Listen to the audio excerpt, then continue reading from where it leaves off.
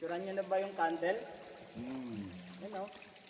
Kasi baka after 5 years, pagbalik nyo, wala na. matunaw na yan.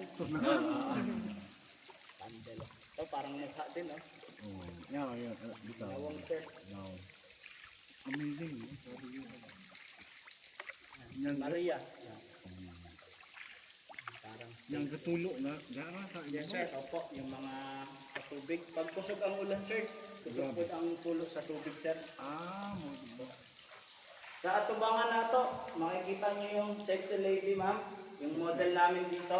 Sexy lady. You know, did you see the white one in Okay, yung ano, and kwitan. look, she is naked.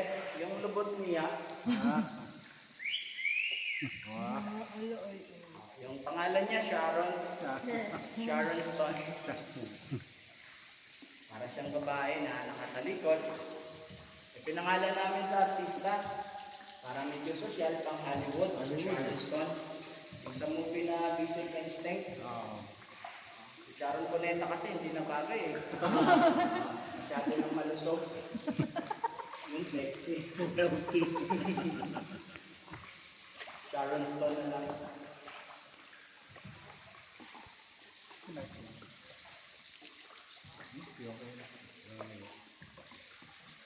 Sa mga bahagi ng cave na walang tubig, kagaya din sa cathedral, ng mga hindi pa masyadong marami yung bisita, noong mga 1990s, bumababa pa yung mga bisita doon, parang ang take ng picture kasama yung mga rock formation.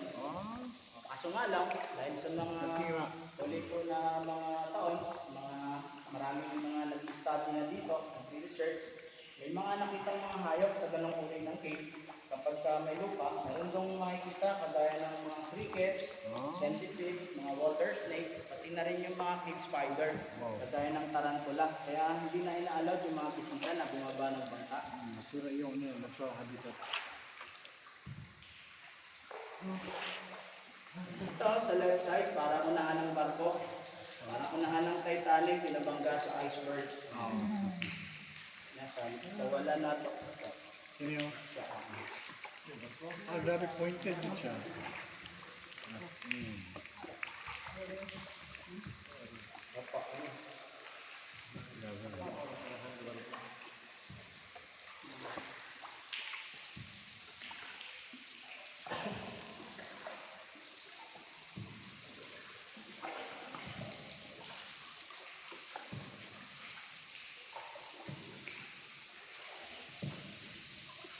Ang tubig ka rin, hindi siya saka mo na rin.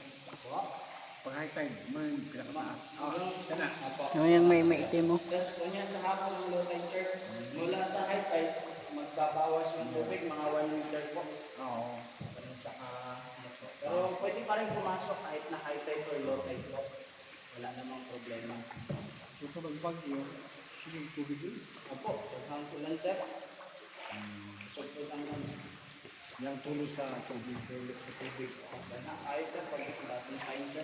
Pero wag mo na, bawal Pero pagkakuan, kanang mga pagka nasakaling ko o tuwid na ulan, kuan, may time na nagkakaroon ng lakas dito. Nagkakaroon ng malakas na agos. bawas. Galing sa bundok, no? Yung malakas na po yung tulak ng tubig palabas. May time na hindi na namin kaya magsagwan. May time na po, mga isang araw, 2 araw na walang door dito, cancel. Dahil sa malakas ng current. Tapos yung kulay ng tubig, nagiging dilaw or chocolate brown. Because of soil pollution from the mountain po. Ito yung natural color.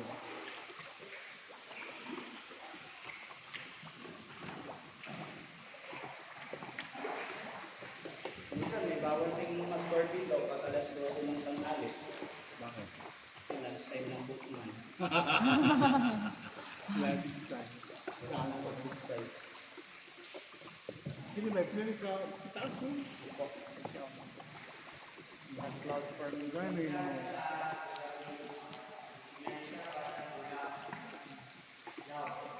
Hello, good evening. Close your mouth. Bumalik na kami, kulang na kami ng isa. I want to continue. Sa tubig, may special na isda na nakita dito yung mga biologists na tinatawag nila na blind fish po. Ito yung uri ng isda na simula sa isilang sila hanggang mamatay, dito lang po sila makikita sa loob ng kuweba. Wow. Yung katawan nila transparent, kulay puti. They are edible naman, pero bawal po ang isda nito. Okay. Sila yung uri ng isda na simula sa isilang sila hanggang mamatay, dito lang makikita sa loob ng kuweba. Hindi na po sila lumalabas, na kailangan nila ng sunlight para mabuhay. Ito nila sa loob po. Kasi local name yan. Yung ano po, maliban doon, wala naman ding mga buhaya dito, no? Yung mga crocodile, nakakagaya ng ibang bisita kasi yung ibang bisita nagtatanong po talaga kung may buhaya daw dito or crocodile. Sagot ko naman, wala po. Kasi kung meron, wala na rin po ako ngayon dito. Hindi na ako magsagwa. Kaya na, kung napansin nyo yung tour ng mga bisita dito, wala rin excited, wala kasing buhaya.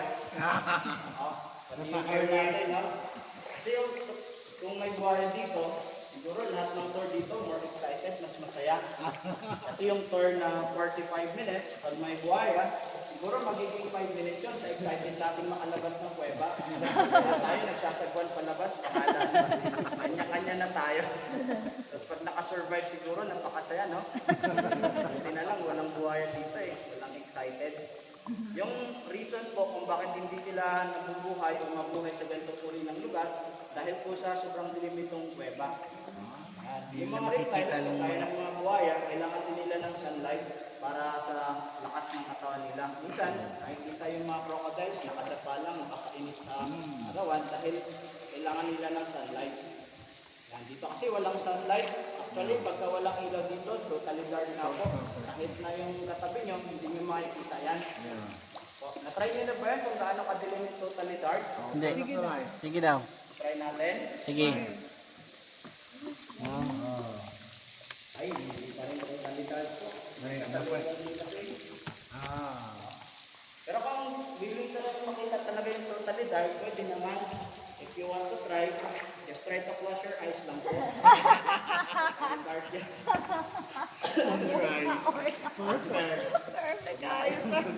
Hanap ng ibang paraan. Simple logic. Sa body coming kasi eh, may ibang vaccine. Bitin din rin, buhi. Yes sir, pero pumupunta lang dito para kumain. Tumatagal lang yan ng mga isa, 2-3 araw. Nasa taas mo yun eh, bitin mo yun? Lalabas na rin po. May ahas dun sa loob. Siguro tao yun. May time nga po, yung mga ahas, makikita namin lumalangoy sa ilog mula sa kabilang pampang, tumatawid papunta sa kabila. May time din minsan, aksidente yung sumasampa ng bangka, sumasakay. Pero pag nakasakay ng bangka, yung ginagawa ko, pinapababa ko po. Kasi allowed lang na sumasakay ng bangka, yung nakaregister lang sa labas. Ay, ito na pala yung back cave sa left side. Yan. May passage din po dyan, patungo ng cathedral, yung area na yan dyan. May another way po.